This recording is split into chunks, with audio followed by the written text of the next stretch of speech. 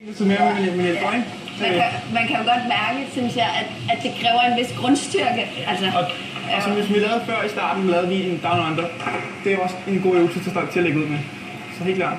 Jeg synes, det er fedt at være udendørs. Det er et helt andet selskab. Her, hvis du møder nogen ude på barsene, er det et fællesskab, hvor man snakker sammen, man viser en anden tricks, man er glad, man laver nogle ting sammen bagefter. Så nede i fitnesscenter, så står du i dit eget hjørne. Så jeg synes alt i alt, er det her bare, altså det var en frem. Det må jeg gøre.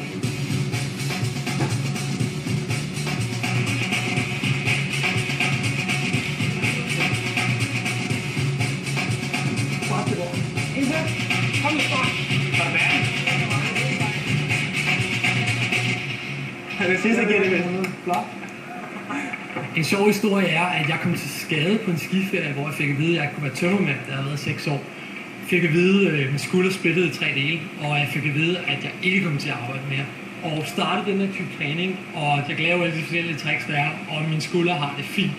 Det havde jeg ikke fået noget fitness.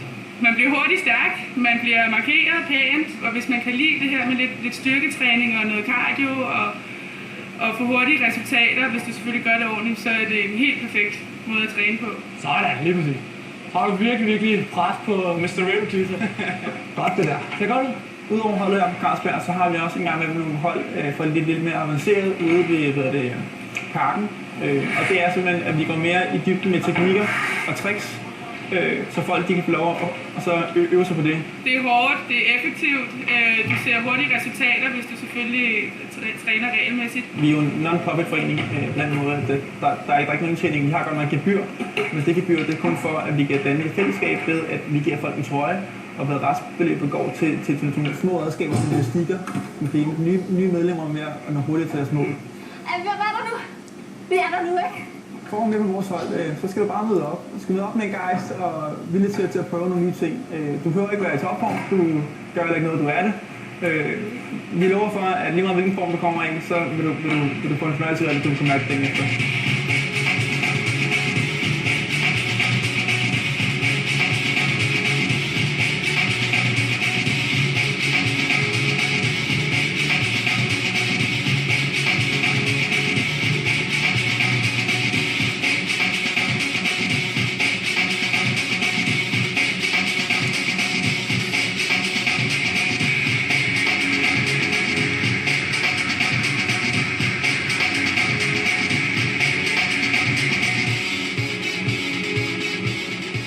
Jeg ved ikke, hvad du tænker, men jeg skal i hvert fald prøve kræfter med calisthenics igen.